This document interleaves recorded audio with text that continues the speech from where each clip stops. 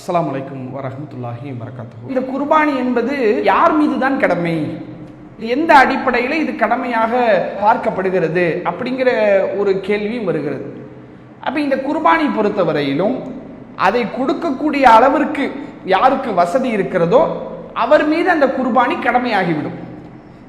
இப்ப எல்லோ முஸ்லிம்களும் அந்த ஏன்னா பொருளாதாரம் சம்பந்தப்பட்ட இஸ்லாத்தினுடைய எந்த ஒரு வழிமுறையாக இருந்தாலும் போதனையாக இருந்தாலும் அதை செய்யக்கூடிய சக்தி அவருக்கு இருக்கும் என்றால் அவர் அதை செய்தாக வேண்டும். எனக்கு அந்த செய்யக்கூடிய அளவுக்கு அந்த பொருளாதார வசதி இல்லை, அந்த வாய்ப்பு இல்லைனா நீ செய்ய வேண்டிய அவசியம் இல்லை என்பதுதான் இஸ்லாத்தினுடைய பொதுவான அளவுகள். அப்ப அந்த அடிப்படையில் இந்த குர்பானி என்பது அந்த குர்பானி பலிப்பிராணியை வாங்கி அதை அறுத்து கூடிய அளவுக்கு ஒருவருக்கு பொருளாதார வசதி இருக்குமேயானால், அது ஆடாக இருக்கலாம், மாடாக இருக்கலாம், ஒட்டகமாக இருக்கலாம், அல்லது ஒரு 7 பேர் சேர்ந்து ஒரு மாட்டை கூட்டு குர்பானி என்ற அடிப்படையில் செய்யக்கூடிய அந்த வழிமுறையாக இருக்கலாம். இது மாதிரி கூட்டு குர்பானியாகவோ அல்லது தனிப்பட்ட ஒரு நபராகவோ அந்த வழிபாட்டு முறையை செய்யக்கூடிய அளவுக்கு பொருளாதார சூழல் அவருக்கு இருக்குமேயானால் அவர் கண்டிப்பாக என்ன செய்யணும், அந்த வழிமுறையை அவர் செய்துதான் ஆகணும். தட்டி கழிக்க முடியாது. என்னிடத்துல காசு இருக்குது, அதை நிறைவேற்றக்கூடிய சூழல் இருக்குன்னா நான் வேறு எந்த காரணத்தை சொல்லி அதை தட்டி கழிக்காமல் அந்த குர்பானியை நான் நிறைவேற்றியே ஆக வேண்டும் என்று என்ன செய்து மார்க்கம் நமக்கு வலியுறுத்துகிறது. எந்த அளவுக்கு நபிகள் நாயகம் ஸல்லல்லாஹு அலைஹி வஸல்லம் அன்னவர்கள் சொல்கிறார்கள், மன் ரபஹ கபல ஸலாத்தி, யார் தொழுகைக்கு முன்பு அந்த ஆடு மாடையோ அல்லது அந்த பலிப்பிராணியோ அறுத்து விடுகிறாரோ ஃபல் யுஇத், அவர் திரும்பவும் என்ன செய்யட்டும், இன்னொரு பலிப்பிராணியை கொடுக்கட்டும் என்று நபிகள் நாயகம் ஸல்லல்லாஹு அலைஹி வஸல்லம் அன்னவர்கள் சொல்கிறார்கள்.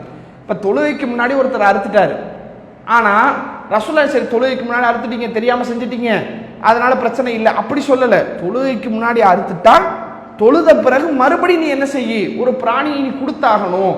அப்ப ஏன் ரசூலுல்லாஹ் இவ்வளவு அழுத்தமாக இவ்வளவு ஒரு அழுத்தம் நிறைந்த வார்த்தைகள் நபிகள் நாயகம் ஸல்லல்லாஹு அலைஹி வஸல்லம் அவர்கள் சொல்றாங்கன்னா, அதற்கான சக்தி உன்னிடத்துல திரும்ப இன்னொரு பிராணியை கொடுக்கக்கூடிய அளவுக்கு சக்தி உனக்கு இருந்துச்சுன்னு சொன்னா அதை நீ கண்டிப்பா கொடுத்துதான் ஆகணும் என்ற அடிப்படையில் நபிகள் நாயகம் ஸல்லல்லாஹு அலைஹி வஸல்லம் அவர்கள் அந்த குர்பானி என்கிற ஒரு விஷயத்தை இவ்வளவு அழுத்தமாக நபிகள் நாயகம் ஸல்லல்லாஹு அலைஹி வஸல்லம் அவர்கள் சொல்கிறார்கள். இந்த செய்தி சஹீஹுல் புகாரியில 954 என்ற எண்ணில் இடம்பெறுகிறது. இதை கூடுதலாக விளக்கக்கூடிய வகையில சஹீஹுல் புகாரியில 955 என்ற எண்ணில இடம்பெறக்கூடிய ஹதீஸும் இதை கூடுதலாக விளக்குகிறது. நபிகள் நாயகம் ஸல்லல்லாஹு அலைஹி வஸல்லம் அவர்கள் அந்த ஈதுல் அல்ஹாவுடைய அந்த குத்துபாவை உரை பெருநாளுடைய உரையை ரசூலுல்லாஹ் நிகழ்த்திட்டு இருக்கிறாங்க. அப்ப ரசூலுல்லாஹ் சொல்றாங்க, மன் ஸல்ல ஸலாத்தனா, யார் நம்முடைய தொழுகையிலே நிறைவேற்றி ஒன் நசக்க நுசுக்கனா, நம்முடைய அறுத்து பலியிடுதலை போல நாம் குர்பானி கொடுப்பதை போல யார் குர்பானி கொடுக்கிறாரோ ஃபக்கத அஸாபன் நுசுக்க, அவர் அந்த குர்பானியினுடைய அந்த காரியத்தை அந்த கிரியையை அவர் அடைந்து விட்டார். ஒமன் நசக்க கபல ஸலாத்தி, யார் தொழுகைக்கு முன்னால் அறுத்து பலியிடுகிறாரோ ஃபஇன்னஹு கபல ஸலாத்தி, அவர் செய்தது தொழுகைக்கு முன்னாடி தான். தொழுகைக்கு முன்னாடினா அது அவருக்காக செஞ்சது. ஏற்கனவே ஒரு ஹதீஸ் பார்த்தோம்ல, அது அவருக்காக செய்தது தான்.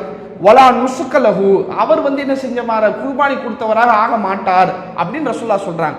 அப்போ ஒரு நபித்தோழர் கேட்கிறாரு, அல்லாஹ்வுடைய தூதரே, என்னுடைய குடும்பத்தில் நான் என்னுடைய ஆட்டை முதலாவதா அறுக்கணும்னு சொல்லி ஆசைப்பட்டு நான் அறுத்துட்டேன், இப்போ நான் என்ன செய்ய அப்படின்னு ரசூலுல்லாஹ் இடத்துல கேட்குறாங்க. அப்போ ரசூலுல்லாஹ் பார்க்குறாங்க, வேற ஏதாவது ஆடு இருக்குதா? இருக்கு அல்லாஹ்வுடைய தூதரே, ஆனால் அந்த ஆடு ஒரு வயசு பூர்த்தியான ஆடா இல்லை, ஒரு 6 மாதம் பூர்த்தியான ஆடா தான் இருக்குது. இப்போ என்ன செய்ய அப்படிங்கிறாங்க. பரவாயில்ல, அதை நீ அறுத்துரு.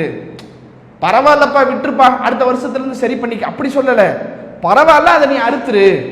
அப்ப நீ செய்த அந்த ஒரு தவறுக்கு ஒரு பரிகாரமாக ரசூலுல்லாஹ் என்ன செய்யறாங்க, இன்னொரு ஆட்டை நீ கொடுத்துதான் ஆகணும் அப்படின்னு சொல்றாங்கன்னா, அப்ப ஆடு கொடுக்கக்கூடிய அளவுக்கு சக்தி உள்ளவர்கள் அதை கண்டிப்பாக செய்துதான் ஆகணும் அப்படிங்கிற ஒரு விஷயத்தையும் இதுல இருந்து நம்ம பார்க்க முடிகிறது.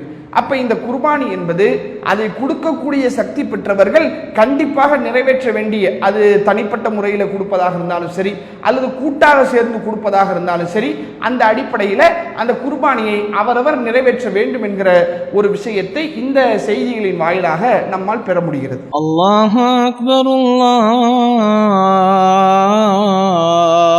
அக்பர்.